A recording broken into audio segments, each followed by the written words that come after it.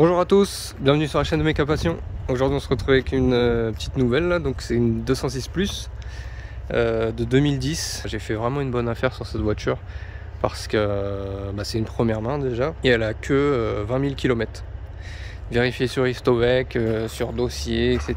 Autant dire qu'elle est quasi neuve. Donc gros point faible, pourquoi je ne l'ai pas acheté cher du coup, c'est la carrosserie. On va faire le tour après. Sinon niveau entretien, là il a fait la vidange, niveau moteur il n'y a rien à faire. Il a fait la distri parce qu'en année elle avait plus de 5 ans. On va faire le tour. Donc j'ai pas mal d'éléments de carrosserie à changer en fait. Je vais vous montrer. Déjà on a le pare-choc avant qui a été repeint parce que le monsieur s'improvisait carrossier. Il a aussi tapé, donc là il est déformé. Là il est repeint. En dessous c'est cassé. Donc ça je vais pas me prendre la tête, je crois que je vais le changer carrément. Je vais avec le carrossier, ça me coûtera pareil voire moins cher d'en trouver un blanc. Après c'est pas facile à trouver les pare-chocs de 206 Plus avant. L'aile droite pareil, elle a été repeinte là. Elle est un peu cabosse aussi, donc à changer. Les deux portes, je vais les changer aussi carrément. Elles sont rayées, cabossées, les deux portes de droite. Je sais pas si on va bien voir à la caméra, mais même les baguettes elles sont niquées. Là on a tout le bas de caisse qui est à refaire. Tout le bas de caisse, l'aile.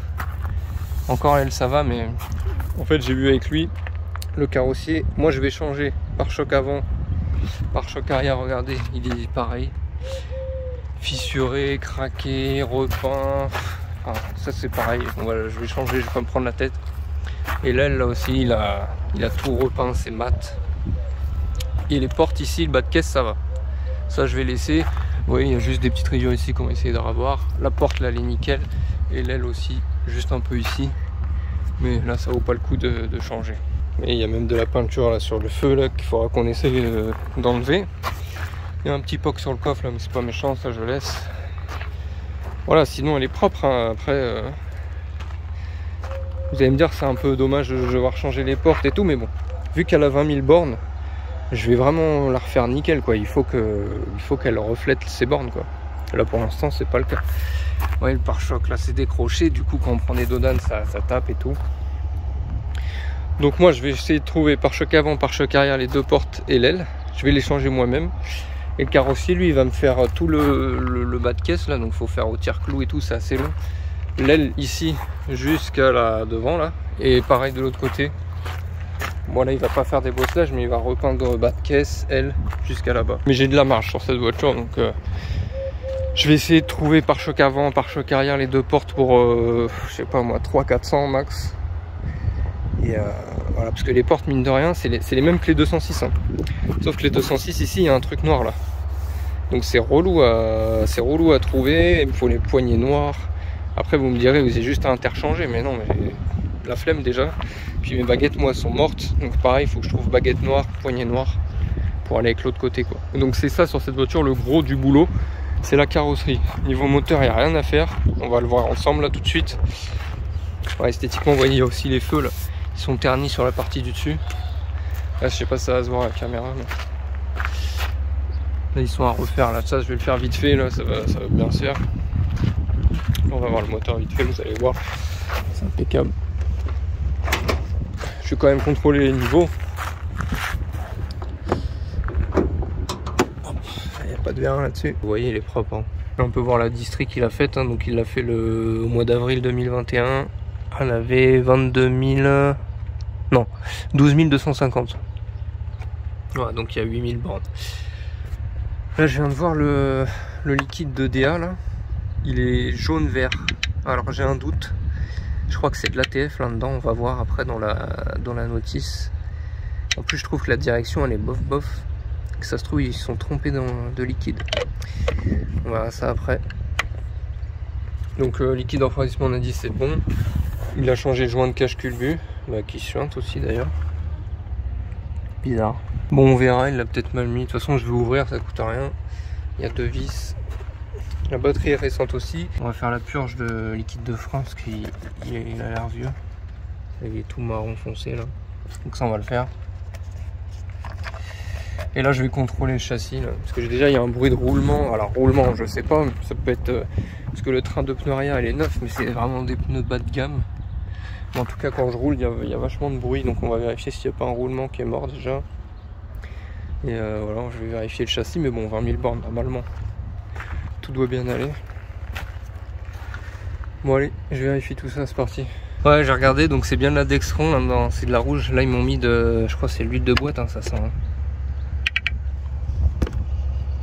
Ouais, ça sent l'huile de boîte. L'autre problème aussi qu'il y a là, que j'ai oublié, qui est important, c'est que tous les clignots côté droit marchent pas. Donc ça clignote bien en commodo, mais il n'y a aucune lumière qui s'affiche. Lui il avait déjà changé le commodo, ça n'a rien fait.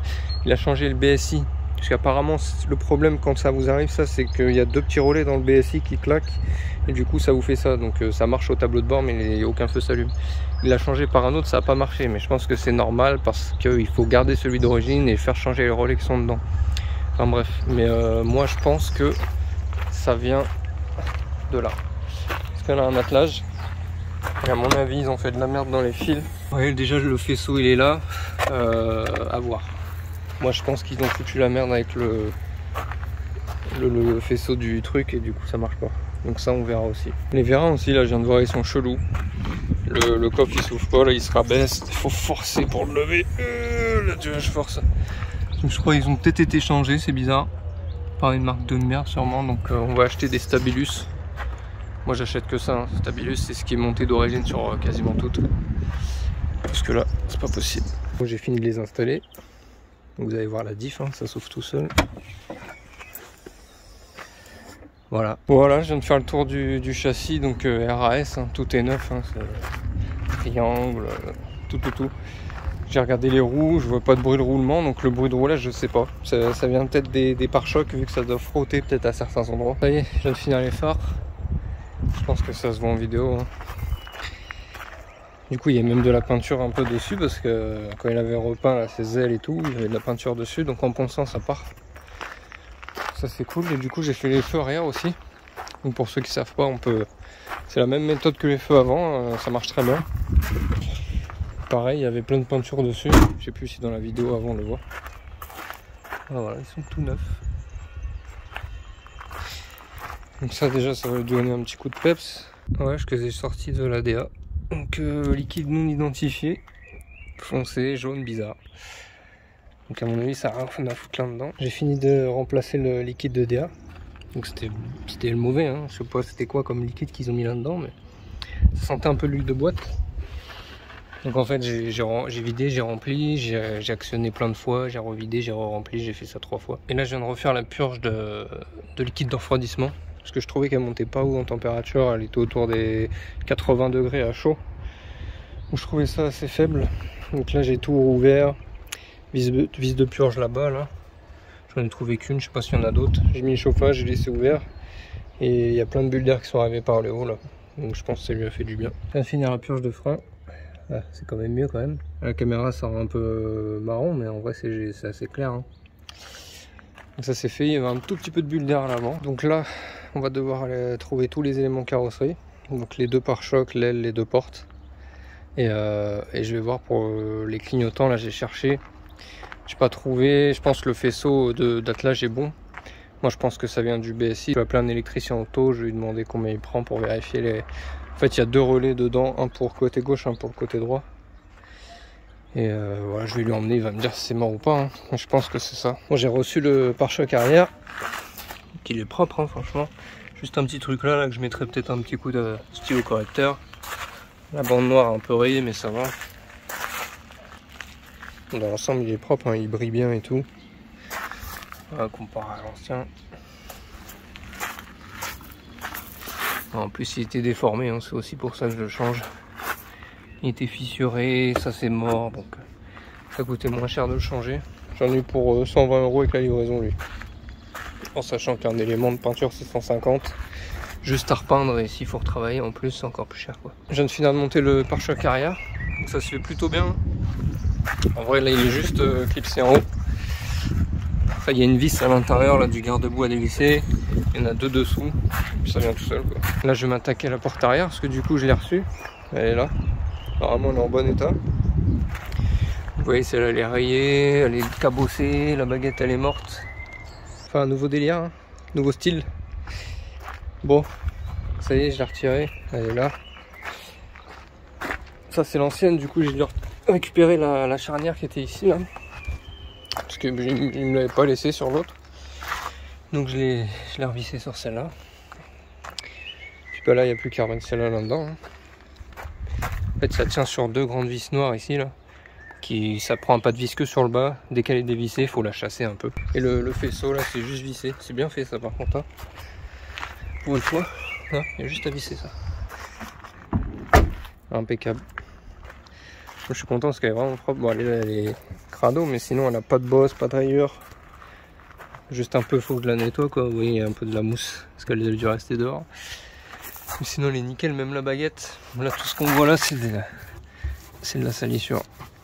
Bon, il y aura peut-être 2-3 traces vite fait. Je vais essayer de la nettoyer avec un truc pour le goudron, mais non, franchement, bien. Ça commence à ressembler un peu plus à quelque chose. Bon bah allez, on continue. Je viens de finir de monter la porte avant, là je l'ai reçue du coup ce matin. Donc voilà, elle est bien. Voilà, c'est de la salissure, hein. Un peu de verdure, de mousse, tout ça. Mais sinon elle est propre. Juste ici, petit défaut, mais je le savais, il l'avait précisé. Voilà. Sinon ça rend bien. En plus elle était complète, il y avait le rétro qui était plus propre que le mien. J'ai juste récupéré le haut de la coque. Et pas notre porte pareil, c'était le même. Du coup je l'ai laissé, il est propre. Le mien il était pété ici, donc ça tombe bien. Ouais, juste la gage de porte à régler, c'était chiant pour que la porte se ferme bien sans trop de difficultés comme ça. J'ai pas filmé le démontage mais je viens de la dépouiller. Donc j'ai enlevé l'aile et le pare-choc là. Ça va, ça se fait pas trop mal. Pas trop mal.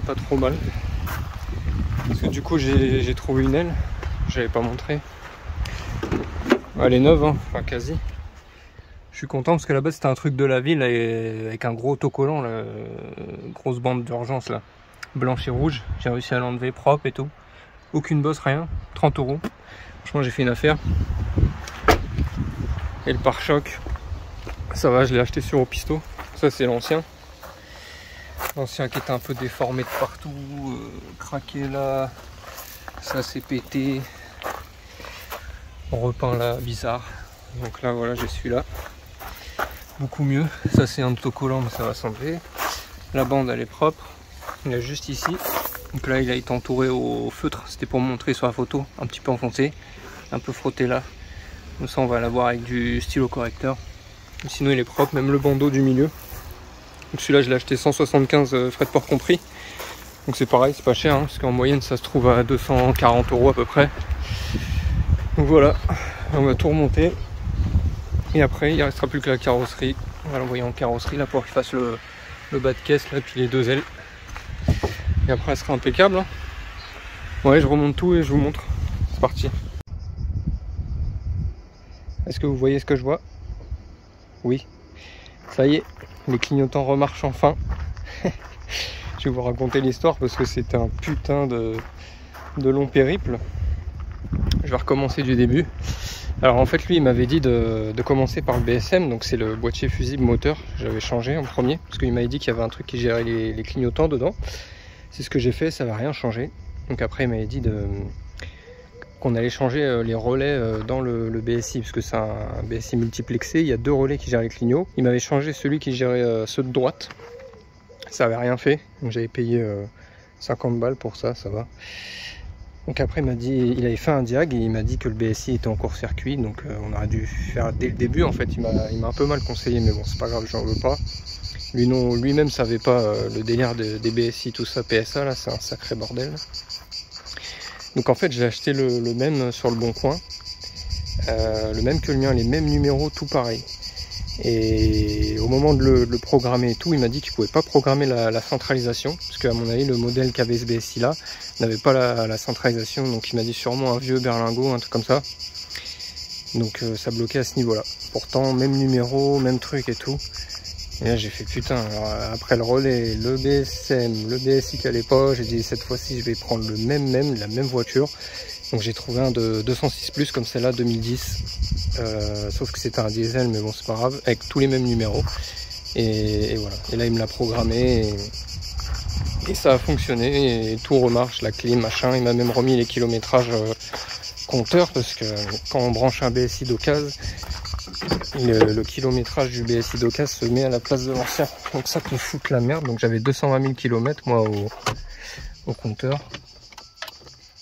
Donc là il m'a remis ce qu'on va voir. Voilà, il m'a remis 20 619. Donc voilà, le BSI c'est tout bon. Et après je sais pas si vous avez vu, mais du coup j'avais monté le pare-choc avant que j'avais chopé d'occasion. Voilà, lui il est beaucoup plus propre que l'autre. Juste un petit poc ici, mais bon ça passe. Et du coup j'avais changé l'aile aussi. Voilà. Et le peintre du coup le carrossier m'a fait les deux bas de caisse, donc celui-là était pas trop abîmé. L'aile ici, tout là-bas, là, la ligne au-dessus. Et c'était surtout de ce côté-là, je sais pas si vous vous rappelez. Donc là, l'aile, elle était bien dégueu. Et le bas de caisse, là, il était tout défoncé. Là, ils ont tout fait au tire-clou, propre.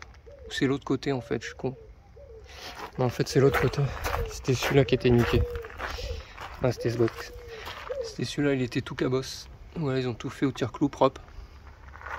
Voilà, il m'a pris 500 € pour faire les deux ailes et les deux bas de caisse des deux côtés, donc c'est hyper raisonnable en vrai. Donc voilà, là franchement elle présente bien comparé à avant.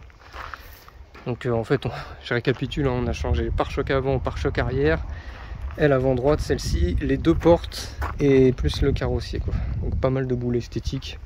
Niveau moteur, j'ai quasi rien fait, j'ai juste vérifié les niveaux, les trucs comme ça. Donc là elle est terminée, hein. Moi j'ai juste lui faire un petit roulement arrière gauche là. Parce que du coup j'ai entendu quel grenier, je savais pas trop où c'était, mais du coup c'est lui. Et j'ai perdu une coque de rétro là où on me l'a piqué, je sais pas. Je la commande. Mais voilà quoi, sinon elle est terminée celle-là. Donc celle-là c'était le coup de fusil de l'année. Hein.